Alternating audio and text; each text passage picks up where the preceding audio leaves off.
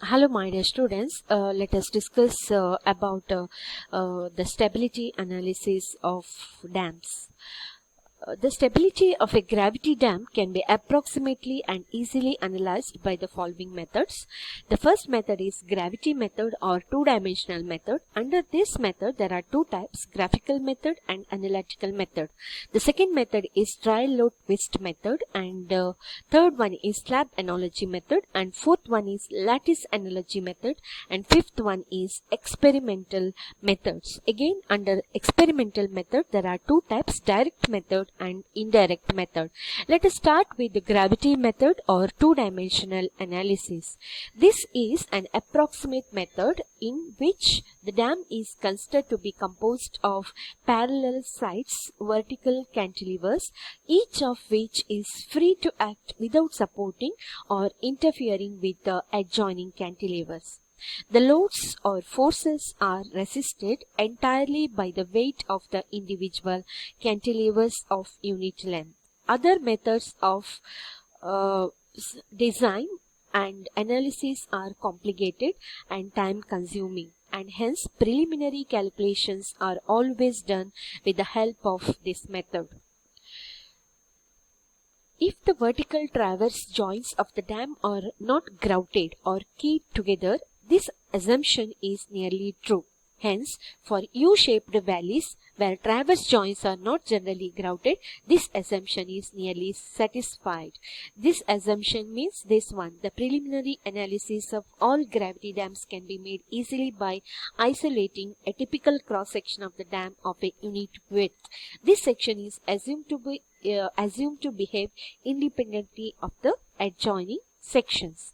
But for the narrow V-shaped valleys where the traverse joints are keyed together and entire length of the dam acts monolithically as a single body, these assumptions may involve appreciable errors. So there are some assumptions of this method. The first assumption is the dam is considered to be composed of a number of cantilevers, each of which is 1 meter thick and each of which acts independently of the other. The second assumption is no load is transferred to the abutments by the beam action. The foundation and the dam behave as a single unit, the joints being perfect. The material in the foundation and the body of the dam are isotropic and homogeneous. The stresses developed in the foundation and the body of the dam are isotropic and homogeneous. No moments of the dams are caused by the transfers of the loads. These are some of the assumptions of gravity method. Let us see how to find the stability of the dam using this analytical method. There are two methods to carry out this two-dimensional analysis or gravity method. The first method is analytical method and second one is graphical method. Let us start with the analytical method. So consider unit length of the dam. Okay, work out the magnitude and direction of all the vertical forces acting on the dam and their algebraic sum, that is sigma v. Okay, so first you have to calculate the magnitude and direction of all the vertical forces, that is sigma v equal to 0. Similarly, work out all the horizontal forces and their algebraic sum, that is sigma h. Next, determine the level arm of all these forces about the toe. Determine the moments of all these forces about the toe and find out the algebraic sum of all those moments, that is sigma m. Mainly you have to resolve the forces of toe in the vertical direction, horizontal direction, and also you have to take the moments. This is a dam section, okay, toe and heel, and this is P maximum under compression, and here in this case this is positive, and here this is negative when there is a tension. This I have already explained under modes of failure, so you must be knowing that. So that is, this is sigma h, sigma v, and the resultant force.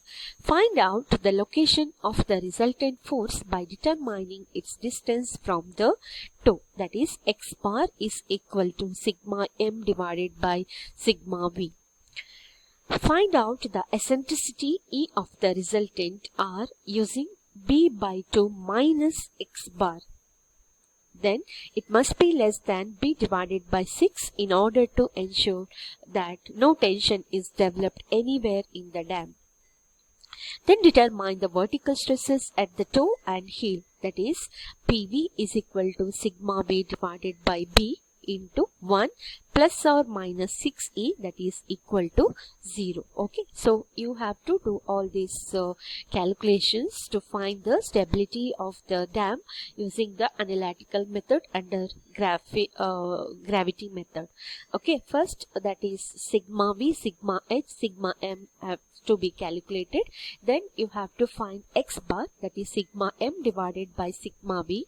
Then you have to find the eccentricity. Eccentricity is equal to B divided by 2 minus X bar, and always you have to see this must be less than B divided by 6. Then you can calculate vertical stress at the toe and heel, that is PV is equal to sigma V by B into 1 plus or minus 6E. Determine the maximum normal stress, that is principal stresses at toe and the heel. They should not exceed the maximum allowable values. This already I explained in the last video, how to find the principal stresses and shear stress. Using that formula, you have to calculate what is the maximum normal stresses. Okay, that is nothing but principal stress at the toe and heel. The crushing strength of concrete varies between 1500 to 3000 kN per meter cube depending upon the grade M15 to M30. Determine the factor of safety against the overturning, that is as equal to stabilizing moment. Summation of stabilizing moment is plus and disturbing moment is minus.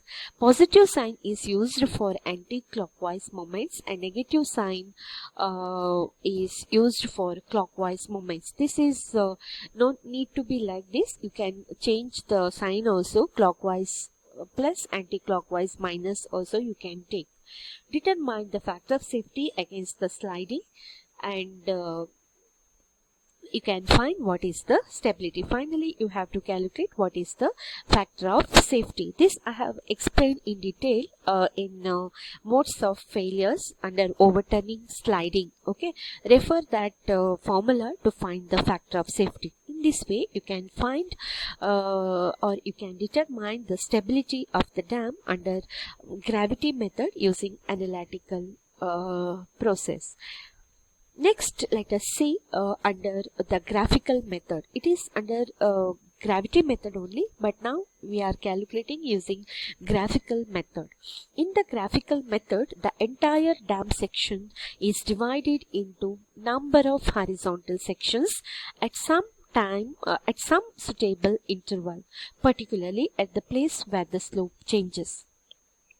For each section, the sum of the vertical forces, that is sigma V, and sum of all the horizontal forces, that is sigma H, acting above that particular section are worked out, and the resultant R is drawn graphically. This is done for each section, and a line joining all the points where the individual resultants cuts the individual sections is drawn. This line represents the resultant force and should lie within the middle third for no tension to develop. The procedure should be repeated for reservoir full as well as reservoir empty case. This is the method. Okay, this is the first level and second level, third level, fourth level. This is B divided by 3, B divided by 3, B divided by 3. This is A divided by 3. Okay, so same method means for each section, first you have to calculate sum of the vertical forces, then sum of the horizontal forces. Then you have to calculate what is the resultant. Then this is done for each section, and a line each section means here this is suppose the first section. You have to calculate first sigma B, sigma H for this section, taking this as the reference. Next, similarly same method for the next section, section, and like this. Okay. This is about the graphical method. Now let us discuss the next method, that is trial load twist method. As I explained in the gravity method of analysis is on the assumption that the dam behave as a vertical cantilevers independent of each other. The assumption is very nearly true if the dam is constructed in a wide U-shaped valley and the transverse joints are not keyed or grouted. If the transverse joints are keyed or grouted, the dam will tend to behave as a monolithic structure and the two-dimensional analysis or gravity method will not be true. Trial load twist method is based on the assumption that the horizontal elements of the dam will behave as a beam and will transfer the water pressure acting upon it to the abutments by beam action. Further, the height of the dam reduces as it proceeds from the center towards the side as the valley on both the sides rises steeply. The successive cantilever elements therefore go on reducing in the height and their deflection also goes on reducing. Each cantilever element is thus dragged on its one face to greater deflections by deeper adjacent cantilevers on the valley side and is held on by the shorter cantilever on hillside. This develops a twist effect on each cantilever. In the trial load twist method, therefore, the entire dam is divided into a number of vertical cantilevers and horizontal beam elements. These elements are then supposed to form three structural systems, namely the cantilever structure. First one is cantilever structural system to resist the external load by gravity action through bending and shear along horizontal planes. Second is beam structural system to resist bending, and third one is twist structural system to resist twisting moments caused by shearing of horizontal elements and angular rotation of vertical elements.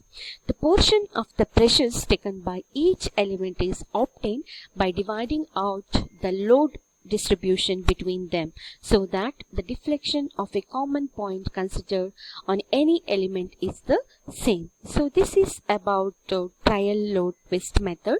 Next method is slab analogy method. According to this method, the dam is considered as a slab and the analysis carried out is similar to the calculation of stresses in bridge slabs. It is a time consuming and laborious method. The next method is lattice analogy method.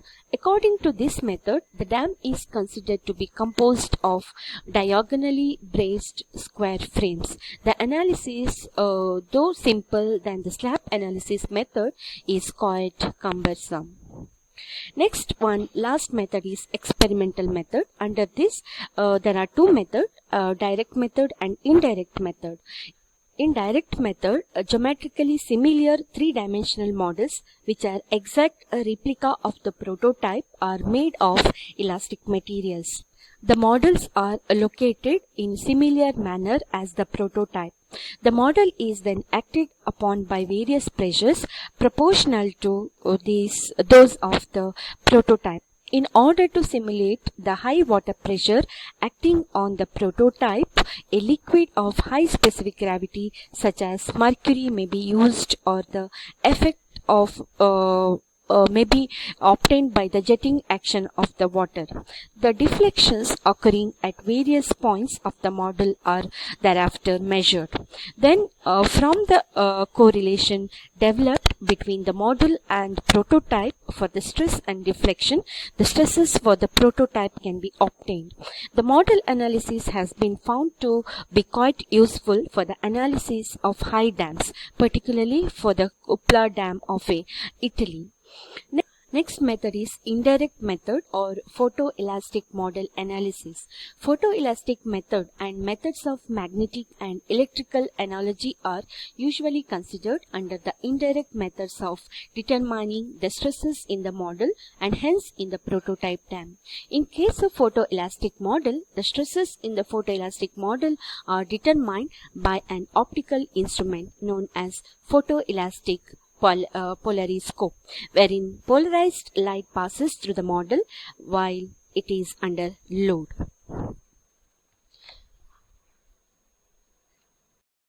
Studies employing photoelastic models are limited. Usually, the study is carried out to supplement an analysis by determining regions of stress concentration. The material used for the photoelastic models must be elastic, isotropic, and free from initial and residual stresses. So, these are the different methods for finding or determining the stability of the dam. I hope all of you understood. Thank you.